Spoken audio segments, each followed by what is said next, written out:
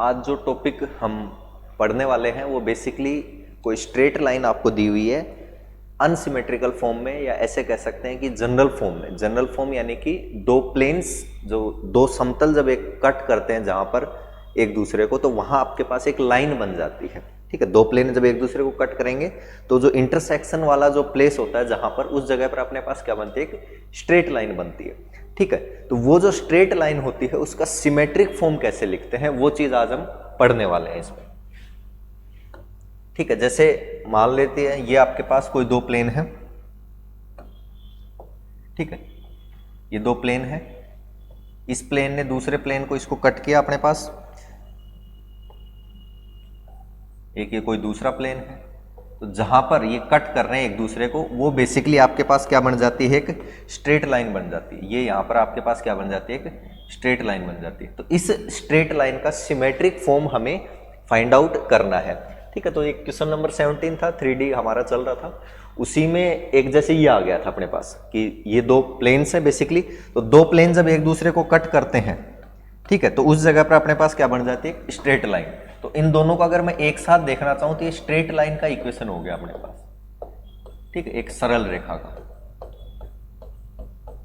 लेकिन ये कैसा फॉर्म है, रेगुलर फॉर्म या अनसिमेट्रिकल फॉर्म इसको मैं कह सकता हूं। अब इसी चीज को मैं सिमेट्रिकल फॉर्म में लिखना चाहूं तो कैसे लिखा जाएगा। सिमेट्रिकल फॉर्म बेसिकली कुछ इस तरह का होता है, x minus x1, y minus y1, z minus z1 upon l m n। ठीक है, इस तरह का कुछ अपने पास सिमेट्रिकल फॉर्म होता है। अच्छा, इसमें क्या होता है सर, इसमें जो ये x1 y1 z1 ये है बेसिकली, ये वो पॉइंट होता है, is the point through which this straight line passes. ठीक है, कि ये वो पॉइंट होता है, वो बिंदु होता है जिससे ये स्ट्रेट लाइन आपकी पास हो रही होती है। अब ऐसे तो बहुत सारे पॉइंट्स हो सकते हैं, तो कोई जरूरी नहीं कि आप कोई एक पॉइंट लो, कोई दूसरा पॉइंट भी ले सकते हो, तीसरा भी ले सकते हो।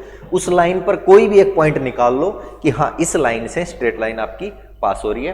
वो पॉइंट आपको बेसिकली x1 y1 z1 होता है। एलिमेंट जो होते हैं वो इस लाइन के डायरेक्शन रेशियोज होते हैं। क्या होते हैं अपने पास, डायरेक्शन रेशियोज। ठीक है, तो इस लाइन के डायरेक्शन रेशियोज आपको फाइंड आउट करने हैं, और एक ऐसा बिंदु आपको चाहिए, एक ऐसा पॉइंट चाहिए जिससे आपकी लाइन पास हो रही हो। अगर ये दोनों चीजें आपके पास है तो सिमेट्रिक फॉर्म आप लिख सकते हो। पॉइंट निकालने का तरीका ये है कि वैसे तो आपकी जो स्ट्रेट लाइन है, ठीक है, हो सकता है कि आपकी स्ट्रेट लाइन ऐसे बढ़ती हुई कहीं जा रही है, तो एक्स वाई प्लेन जो आपका है बेसिकली उसको कहीं ना कहीं कट कर रही होगी किसी बिंदु पर। एक्स वाई प्लेन पर आपका जेड क्या होता है, जीरो होता है। तो आप एक तरीका तो ये कि आप जेड इक्वल टू जीरो रखो, वहां से एक्स और वाई की वैल्यू फाइंड आउट करो और आपका जो है पॉइंट आ जाएगा। ऐसा कोई जरूरी नहीं कि sir Z equal to zero, हो सकता है जेड इक्वल टू 3 को भी कट कर रही हो, तो मैं जेड इक्वल टू 3 रख लेता हूं, वहां से कोई अलग पॉइंट आ जाएगा। तो एक पॉइंट आप फिक्स कर लो, वहां से दूसरा बाकी दो पॉइंट्स वो आपके पास आ जाएंगे।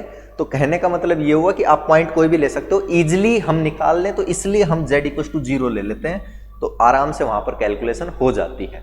ठीक है, तो अगर मैं पॉइंट देखना चाहूं तो आपका जो इक्वेशन था वो ये था 2x plus 3y plus 4z equal to 0 and y minus 3z equal to 1।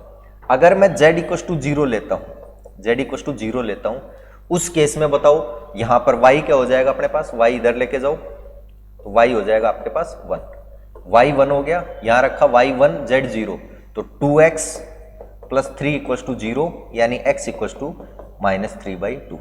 तो एक पॉइंट मुझे मिल गया, कौन सा, x तो ये हो गया माइनस 3/2, y हो गया 1 और z आपका 0 था। ये पॉइंट हो गया जो उस लाइन पर है। ठीक है, तो ये दो तरीका है कि आप वो पॉइंट कैसे फाइंड आउट करोगे जिससे लाइन पास हो रही है। अब आपको चाहिए इसके डायरेक्शन रेशियोज, इस लाइन के डायरेक्शन रेशियोज, चलिए वो भी निकालते हैं। डायरेक्शन रेशियोज यानी कि ये जो प्लेन था इधर वाला, इस प्लेन पर जो 90 डिग्री यानी कि इसका जो नॉर्मल होगा वो ये आपकी स्ट्रेट लाइन है बीचों बीच, इधर ये दूसरा प्लेन है। ठीक है, y minus 3z equal to 1 वाला, और ये है आपका 2x plus 3y plus 4z equal to 0 वाला प्लेन। इस पर भी नॉर्मल होगा 90 डिग्री। ठीक है, और ये जो लाइन है इसके डायरेक्शन रेशियोज आपने मान लिए LMN, चलिए अब एक बात बताओ, किसी प्लेन पर नॉर्मल क्या होता है, किसी प्लेन के डायरेक्शन रेशियोज क्या होते हैं। ये प्लेन है, मान लो कोई समतल है, इसके डायरेक्शन रेशियोज का मतलब है कि इस पर जो नॉर्मल होगा, नॉर्मल यानी इस प्लेन पर हर जगह पर जो 90 डिग्री होगा, वो जो नॉर्मल होगा, उस नॉर्मल वाली जो लाइन है, उस लाइन के जो डायरेक्शन रेशियो होंगे वही बेसिकली उस प्लेन के डायरेक्शन रेशियोज होते हैं। तो इस वाले प्लेन के डायरेक्शन रेशियोज तो क्या हो जाएंगे आपके पास 2, 3, 4, ठीक है। और इस वाले प्लेन के डायरेक्शन रेशियोज हो जाएंगे, ये तो प्लेन 1 के डायरेक्शन रेशियोज हो गए, और प्लेन 2 के डायरेक्शन रेशियोज आपके पास ये हो गए, क्या है, x तो 0 है, y 1 और z का कोफिशिएंट -3। x y z का कोफिशिएंट देखना होता है, कहने का मतलब ये हुआ आपको, ठीक है। डायरेक्शन रेशियोज मिल गए। अच्छा अब एक बात बताओ, ये प्लेन था प्लेन 1, दूसरा प्लेन इसको आके कहीं कट कर रहा है, तो बीच में एक लाइन बन रही है, तो इस प्लेन पर जो 90 है वो इस लाइन पर भी तो 90 होगा, यानी कि इसके जो डायरेक्शन रेशियो, ये जो प्लेन था आपका प्लेन 1, जो भी समतल 1 था, उसका जो नॉर्मल होगा वो बेसिकली इस स्ट्रेट लाइन पर क्या होगा, आपके परपेंडिकुलर होगा।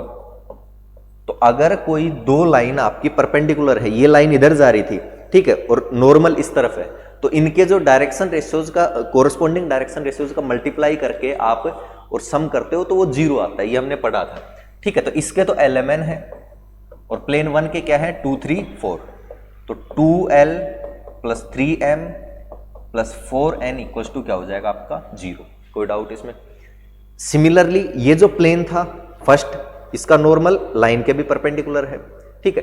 अब जो दूसरा प्लेन इसको कट कर रहा था, इसका जो नॉर्मल है वो भी तो लाइन के परपेंडिकुलर है, तो फिर यहां से क्या जाएगा आपके, इसके तो क्या है 0, 1 और -3, और इसके LMN, तो 0L + M - 3N equals to 0। कोई डाउट इसमें।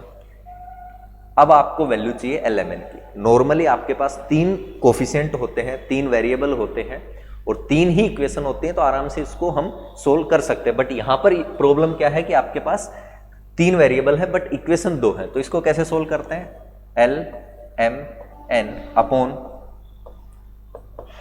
ठीक है, L वाले को रख लो, इसमें से ये माइनस करते हैं तो इसका मल्टीप्लाई तो -9, और इसमें से ये माइनस करेंगे तो -4, ठीक है। यहां पर इसमें से ये होना चाहिए था बट यहां उल्टा होता है, M में एक नेगेटिव आ जाता है, ठीक है। तो यहां पर इसमें से जो नॉर्मली ये करना था बट हम इसमें से ये माइनस करेंगे, तो एक सेकेंड, इसको ये हो गया अपने पास, तो इसमें से ये माइनस करना था, बस उल्टा कर देंगे, तो 0 - 6, 0 - -6, यहां पर इसको दबा लो 2 - 0, 2 - 0, तो ये रेशियो कुछ के मान लेते हैं, ठीक है। तो ये बेसिकली ये हो जाएगा L upon -13 M upon 6 N upon 2 equals to K. ये ऐसे कह सकते हैं, L आपका -13 के, M आपका 6 के और N आपका 2 के, ये हो जाएगा, ठीक है। तो लाइन का इक्वेशन निकाल सकते हैं। पॉइंट आपने पहले ही निकाल लिया था, पॉइंट क्या आया था आपके पास, एक सेकेंड, पॉइंट हमने निकाला था, यहां निकाला था ना, -3/2 1 और 0, -3/2 1 और 0, पॉइंट आ गया, डायरेक्शन कोसाइन आ गए अपने पास, सॉरी डायरेक्शन रेशियोज आ गए, तो निकाल लो x - x1 ये पॉइंट, y - y1 तो 1, z - 0 अपॉन -13 के, 6 के और 2 के, ये आ गया अपने पास, ठीक है। इसी को आप ऐसे भी लिख सकते हो, x + 3/2 अपॉन -13 के और y - 1 अपॉन 6 के और z अपॉन 2 के, ठीक है। या फिर इसी को आप ऐसे लिख सकते हो, ये जो फॉर्म है इसको यहाँ पे एलसीएम 2x + 3 और ये 2 नीचे आ जाएगा, तो -13 के × 2, y - 1 अपॉन 6 के और z अपॉन 2 के, ठीक है। या फिर इसी चीज को आप ऐसे लिख सकते हो, 2x + 3 और -13, अब एक 2k को हटा देता हूं, ठीक है, तो y - 1 यहां से 2k हटेगा तो 3 बचेगा, यहां से z अपॉन 2k हटेगा तो 1 बचेगा, तो ये 2k यहां ले आए, ठीक है, कोई फर्क थोड़ी पड़ेगा, कांस्टेंट है वैसे भी, इस तरह से तो लिखते हो आप। तो ये बेसिकली आपकी सिमेट्रिक फॉर्म हो गई। ठीक है, ये आपकी सिमेट्रिक फॉर्म होगी। या हो सकता है माइनस कॉमन ले रखा हो तो यहां से माइनस हट जाएगा, या -3 आ जाएगा, या z माइनस आ जाएगा। तो इस तरह से भी सिमेट्रिक फॉर्म, वो भी एक ही बात है। इसी चीज को आप ऐसे भी तो लिख सकते हो, 2x + 3 अपॉन 13 y - 1 अपॉन -3 और -z अपॉन 1, एक ही बात है भाई। ओवरऑल माइनस आपने वो कर दिया, मल्टीप्लाई करवा दिया, इक्वल्स टू -2 के, ठीक है। तो कोई फर्क नहीं पड़ेगा उस चीज से भी, ये आप कर सकते हो। या फिर इसी क्वेश्चन को हम कैसे कर सकते थे, आपके पास ये दिया हुआ था 2x + 3y + 4z = 0 and y - 3z = 1, ठीक है। तो सिंपली आप डायरेक्टली पॉइंट निकालो, यहां पर z = 0 आपने रखा, z 0 रखा तो y 1 आ गया, z 0 y 1 और 0 1 रखा तो x आ गया -3/2। तो पॉइंट आपके पास आ गया। तो पॉइंट डायरेक्टली लिख दो, x - 3/2 y - 1 और z - 0, ठीक है, अपॉन, और वो एलिमेंट सारा लिखने की बजाय डायरेक्टली यहीं पर कर दो तो -9 और ये हो जाएगा -4, ठीक है। इसको रखेंगे तो नॉर्मली तो ये आपकी पहले ये होना चाहिए, फिर उसमें से ये माइनस, बट इसमें उल्टा कर लेना, ठीक है। तो इसमें क्या करेंगे, आपके पास नॉर्मली ये होना चाहिए था, बट पहले 0, क्योंकि यहां पे 0x है ना, ठीक है। तो 0 - 6 तो +6 हो जाएगा, और ये हो जाएगा अपने पास 2 - 0, 2 - 0, ठीक, 2 - 0, ऐसे है 0 - -6, बस आ जाएगा अपने पास। तो ये तो हो जाएगा 2x + 3/2, 2 को नीचे ले आओ, और ये -13 है ही, y - 1 अपॉन 6 और z अपॉन 2, ठीक है। ओवरऑल नीचे से 2 कॉमन ले लेंगे, 2x + 3 अपॉन -13, y - 1 अपॉन 3 और z अपॉन 1, ऐसे आप इस चीज को लिख सकते थे, ठीक है। सिंपली जब आप पेपर में या मतलब क्वेश्चन आप कर रहे हो तो वहां पर इस तरह से इस चीज को लिख सकते हैं। या फिर इसी को कैसे कर सकते थे, 2x + 3y + 4z = 0 और y - 3z = 1, ये आपको दिया हुआ है, ठीक है। तो ये चीज एक तरीका इसका ये है कि आपके पास यहां पर एक वेरिएबल मिसिंग है, यहां पर x मिसिंग है, तो फिर हम क्या कर सकते हैं, यहां से आप दोनों इक्वेशन से किसी भी एक की वैल्यू ले आओ, या तो z की वैल्यू ले आओ या फिर y की वैल्यू ले आओ, तो फिर बेसिकली दोनों को बराबर रख देंगे। तो यहां से जैसे मैंने z की वैल्यू निकाली, तो z की वैल्यू बताओ क्या आ जाएगी अपने पास, तो ये हो जाएगा y - 1 = ये उधर जाके 3z, और ये हो जाएगा y - 1 अपॉन 3 = z, ठीक है, ये हो जाएगा। या फिर इसको z अपॉन 1 भी कह सकते हैं, ये फॉर्मेट हो गया। ये मैंने इस वाली इक्वेशन से बनाया। अगर ऐसी ही चीज मैं यहां से बना लेता हूं z की वैल्यू, तो z की वैल्यू जो ये होगी वो इसके भी बराबर होगी।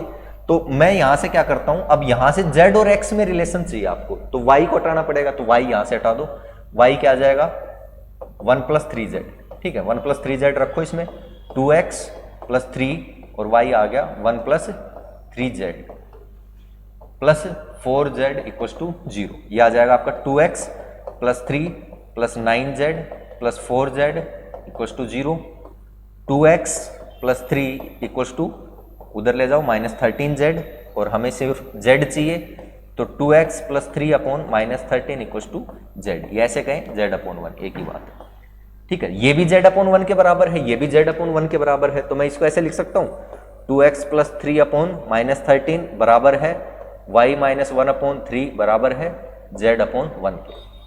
भाई सारी चीजें बराबर ही तो है, z = 1 के ये भी बराबर है, z = 1 के ये भी बराबर है, तो तीनों चीजें बराबर है, सिमेट्रिक फॉर्म होगी नहीं होगी, यही है। सेम फॉर्म यहां से आ रही थी अपने पास ये वाली, और सेम फॉर्म हमने पहले वहां से की थी, वहां से आ रही थी, ठीक है। तो किसी से भी तरीके से आप इसको कर सकते हो, कोई इश्यू नहीं है। ये कहलाता है इसका सिमेट्रिक फॉर्म किसी जो है लाइन का, स्ट्रेट लाइन का सममित रूप, ठीक है, सरल रेखा का। तो इसमें मेरे ख्याल से कोई डाउट आपको होना नहीं चाहिए। इस तरह के जो भी टॉपिक्स वगैरह हैं जिनमें अगर कोई प्रॉब्लम आ रही है इस तरह की, तो नीचे कमेंट कर देना कि सर ये छोटा सा एक टॉपिक है, ज़्यादा बड़े वाले तो करवाना कई बार पॉसिबल नहीं हो पाता, कि ये सर टॉपिक है इसमें प्रॉब्लम आ रही है। मैं कोशिश करूँगा कि उसका जो है जल्दी से जल्दी वीडियो हम बना लें, और चैनल को सब्सक्राइब कर देना, लाइक कर देना, शेयर कर देना, वो सारी चीज़ें 3D की जो प्लेलिस्ट है, मैं आई बटन, जो ऊपर आपके पास आई बटन दिख रहा होगा आपको, उस पर मैं डाल दूंगा वहां से 3D की प्लेलिस्ट, तो वहां से आप देख सकते हो। बीएससी फर्स्ट ईयर में अलग अलग यूनिवर्सिटी में हो सकता है अलग अलग वो आपके पास आ रही हो। चैनल पर जाएंगे आप सब्सक्राइब करके, तो वहां पर प्लेलिस्ट का सेक्शन बना हुआ है, उसमें अलग अलग टॉपिक्स की, डायनामिक्स की अलग प्लेलिस्ट बनी हुई है, डिस्क्रीट की अलग प्लेलिस्ट बनी हुई है, तो वहां से चीजें भी आप देख सकते हैं। ठीक है।